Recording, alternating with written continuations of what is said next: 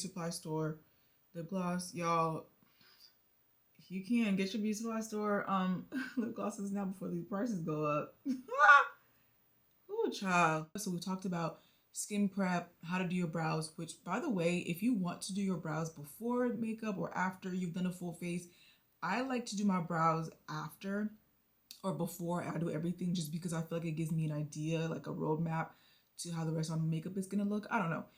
But sometimes I'll outline my brows, as you can see from my last video or my last short. I'll kind of outline it, and then I don't really fill it in until like the very end. So it honestly just depends on like what you want to do. Again, this series literally specifically, like literally for the title, like it says for the clueless, like if you have no idea, which I know some people are like, what? Duh. Like some people, you never know, genuinely need it and they might not know. So basically just showing like how to apply products. I do have a video on brushes that I actually think is very helpful and minimalistic, because you do not need to have 20-30 brushes unless you're a makeup artist or whatever it may be. So I just feel like the average person does not need to have 20-30 brushes. So I just feel like there are just a couple brushes that you definitely need if you want to apply makeup, or you can use your finger, variety of all those different things. So the main thing we're going to be comparing today, which I had to bring this out of retirement, is basically the difference between applying with a sponge, like one of these beauty sponges.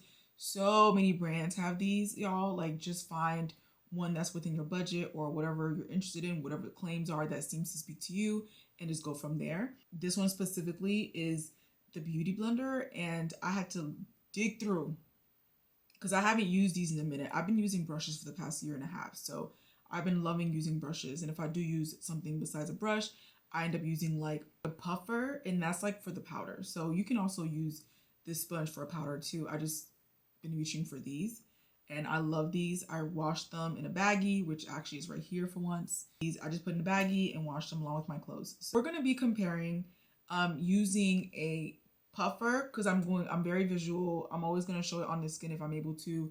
I'm going to show you the difference, how to apply, you know, the foundation or whatever cream, whatever it is, and show you the difference when you use a puff or a sponge and when you use a makeup brush. So for this one, we're going to use the e.l.f.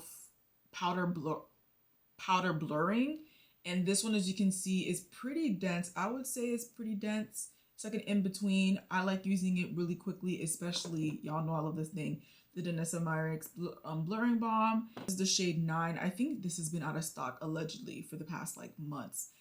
I feel very lucky. I'm almost done. Literally, I'm about to show y'all. Like, it is lasting about 2 years.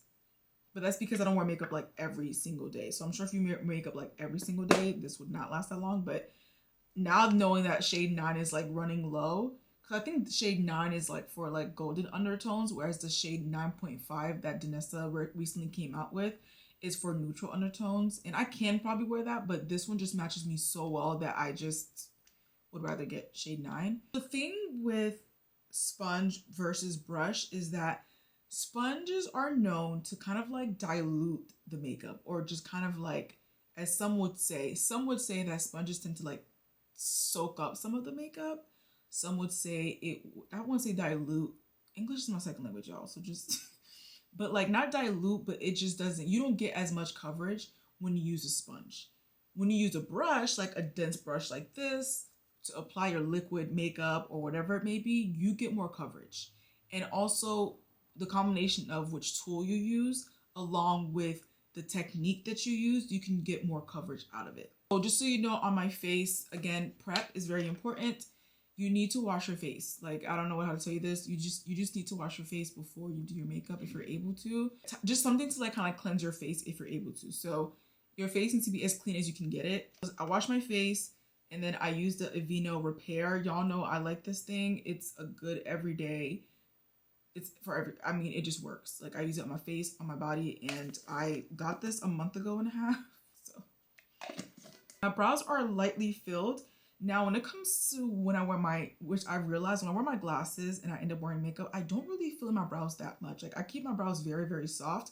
I think it just has to do with my preference and like the shape of my, you know, like my glasses, and I just don't want it to look too, you know what I mean, with the clear glasses. I think it might be because of my clear glasses, but I do have a little bit of the Huda Beauty Easy Blur, And I just put it, so the claim is, again, primer. And I think I might have discussed this already, or maybe not, is if you need primer, you just have to figure out what you, I think for the skincare part of this playlist, I mentioned that. You just have to test it out and see if you like primer. Some people don't use primer. Some people think that you need primer. Again, the point of primer, think of when you come to painting, like painting a wall. It just makes the base easier to work with, whatever you put on top. Primers will have different claims. This primer specifically says it is a smoothing primer. And I like this primer, so I'm going to use it. And I did use it. I put it on right here, my cheeks, because I'm just having a little bit more texture than usual. And then I put it right here because I just tend to have more texture here. So, and then I locked it in by using the Laura Mercier translucent powder.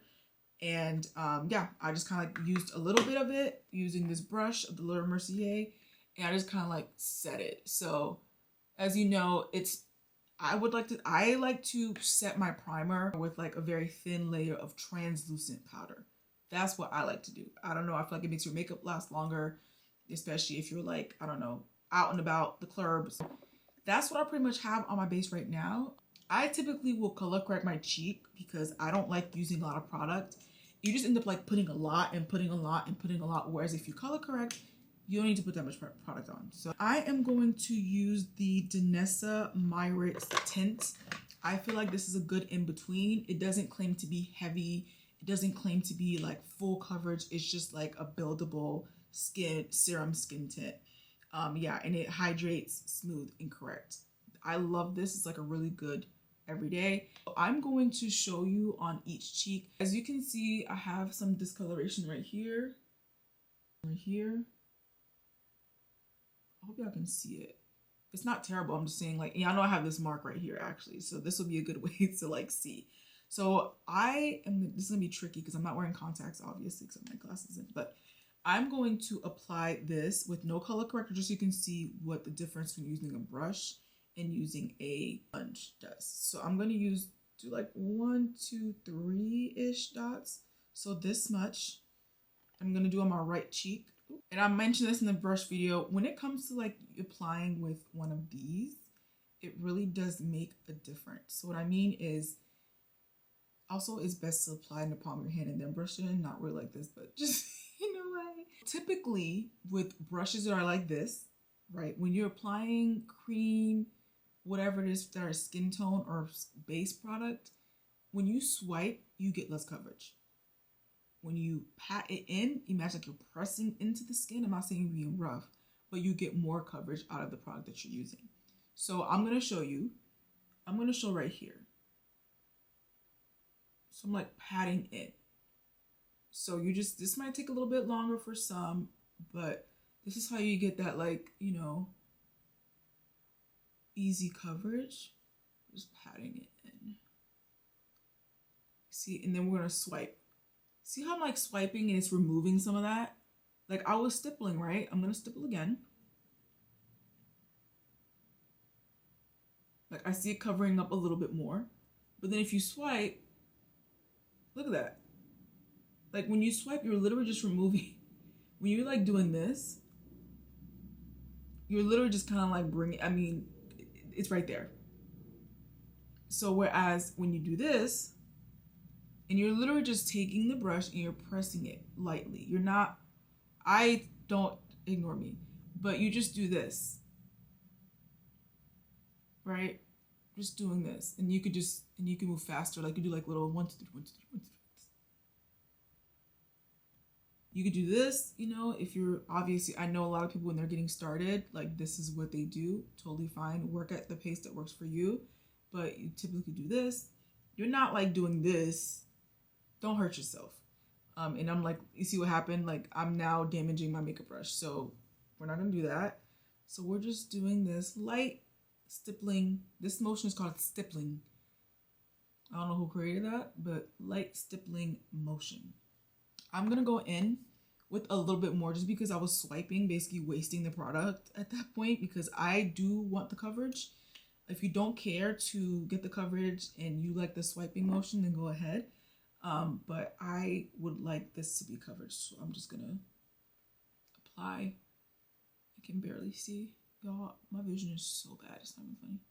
And you want to always, y'all, if you can, bring it right here. Minimum. Always bring it down here. You don't ever want to like put your makeup on right here and you stop, because that's how you get the line of demarcation.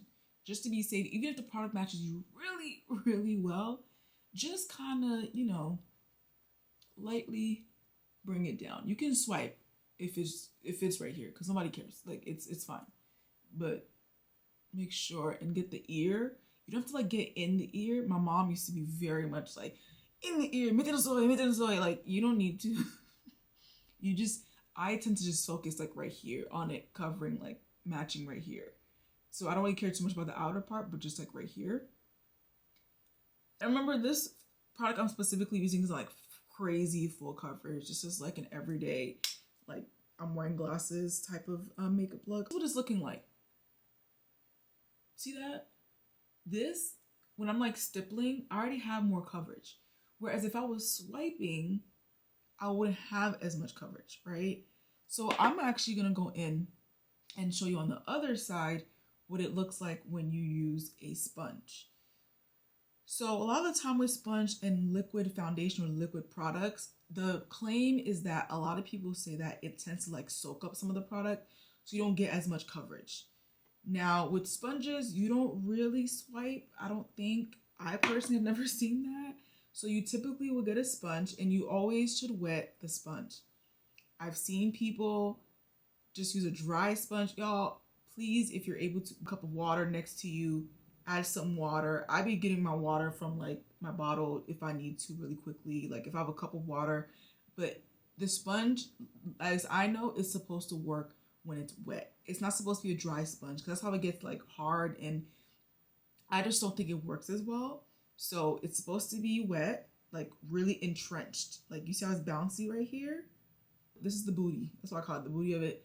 And then this right here is for like, you know, how it's shaped right here. But I use this mainly for like larger surfaces. So I have a little bit of the Nessa Meyer Shade 13. I'm gonna pat this, and you see that? Like I pat it and it just like, I'm not gonna lie, low key just kind of like drink it up, but I'm gonna pat. You don't really swipe. That's the thing, at least with beauty blenders. I haven't used this in a minute, so let's see how this looks. It's gonna be a surprise to me and you together, because I'm taking off my glasses. I'm just doing this blindly because I can't see. And you see I'm like doing the ears. I'm not like focusing it, but I'm just like lightly going this way. And you're just pushing it like this. And the reason it might seem like I'm going fast is just because you just kind of get used to the motion. 1, 2, 3, 1, 2, 3, 1, 2, 3, 1, 2, 3. Just kind of make your way. And I'm not really caring too much for my under eye. If you are not planning on wearing concealer, or you're not going for that look, then you can definitely go lightly under your eyes and just set it and like set your face and call it a day. See how I'm like now going on my forehead. I don't really apply that much makeup on my forehead, to be honest with y'all. Obviously, like I'm not gonna not put any makeup on my forehead, but see I'm like going back, and I'm like, make sure I'm touching the hairline a little bit. Other side. So a lot of the time you can use a makeup brush and then you go in with a sponge to kind of like blend it out more, like to give it more of like that blurring effect. I wouldn't say blurring effect. How would you describe it? It's like you can always go back in. Okay, let's see how this looks.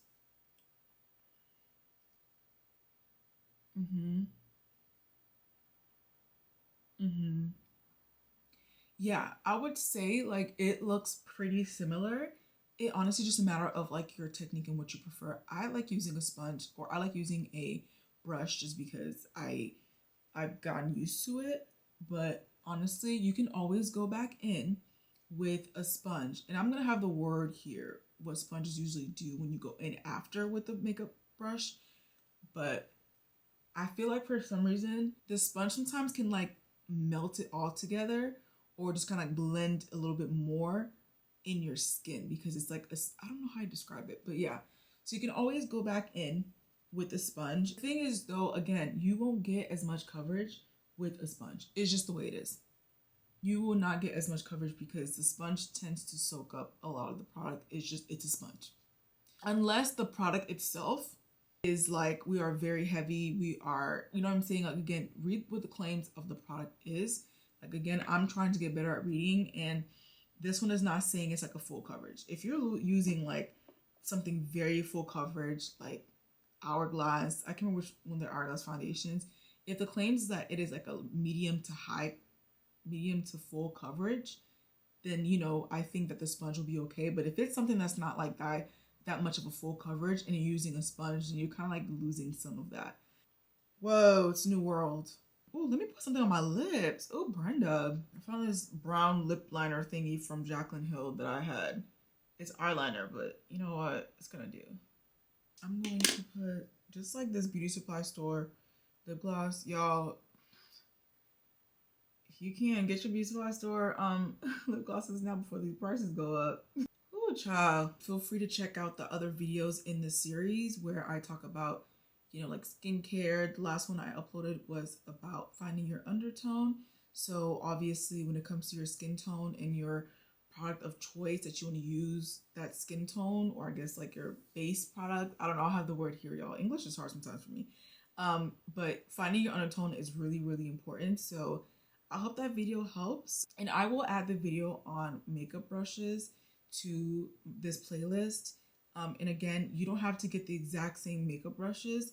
You can just, I know Amazon has a bunch of them, or beauty supply stores. Again, stock up while you can. Look at the shape of the brush. Look at the density, meaning like how thick it is and everything. Obviously, again, dense brushes are for liquid, or they work best for liquid, and dense brushes tend to provide more coverage. Because if it's dense, then it's more compact, so you get more of the product, if that makes any sense. Along with when you like stipple, right? I don't think you need more than 5 brushes. I really don't. If you want to get more, but I don't think you need more than 5. And that's for face brushes, I think. I think that also includes face and eyes. But anyway, I hope you enjoyed this video. We'll see you in the next video.